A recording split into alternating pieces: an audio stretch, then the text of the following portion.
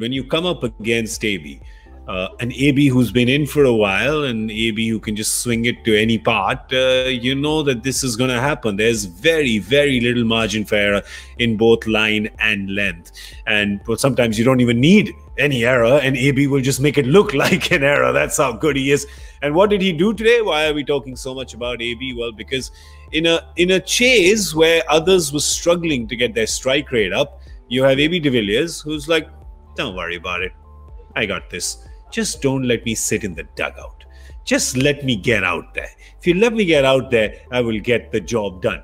I don't know much about the brains trust of how a team is run, but I think this whole, left-handers ahead of him, AB coming in at any number except 4, I think that's over for this year, right? Yes, Lisa? No. I think that's over. Please, let's hope so. We don't want to talk about it anymore, do we? It's not. Joe, it's not coming back. Yeah. No, absolutely. It reminds me of this great story of, the wonderful days of Manchester United when they were at their best and winning European Cups. Really? When was that? In 70s. Yeah. It was a wee lad then. It was a long time back. You weren't born. But yeah. The question is that they used to ask Matt Busby that, what do you tell your team? So he said, well, I tell them that whenever possible, give George the ball, he'll score. So all the team had to do was get George West the ball and he will score for them. Yeah.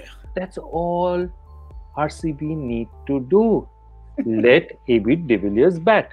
I think you go back in the history of chasing, RCB chasing, and check the number of 50s AB has got over time. Yep. And how many of those matches has RCB lost? I'd be very surprised. That percentage of his percentage of conversion is unbelievable. And I'll tell you one more thing, Gaurav. Sometimes we don't even know it when we are seeing genius in front of us because he does it so bloody often that we've got used to it. He is a genius and he's light years ahead of anyone else. But 4 out of 6, he's got his stamp on 4 out of 6 wins this season for Bangalore. He's got his solid stamp on it.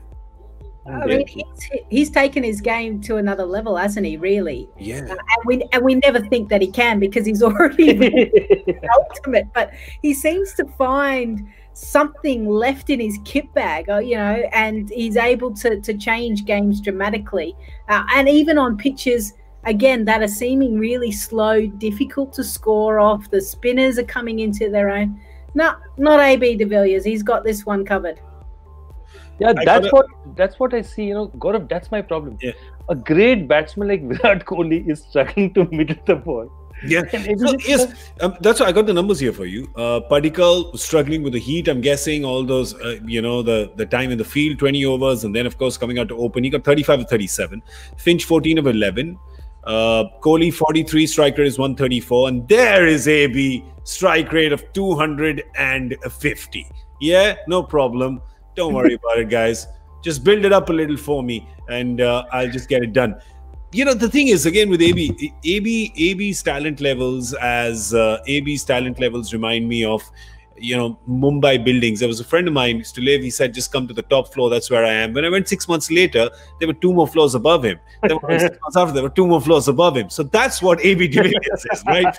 Just when you think of it, the penthouse, there's more levels that he's built above. Only difference is, in this case, it's not illegal construction. You can tell it's come with hard work, and he's got all the permissions and the zoning laws in place.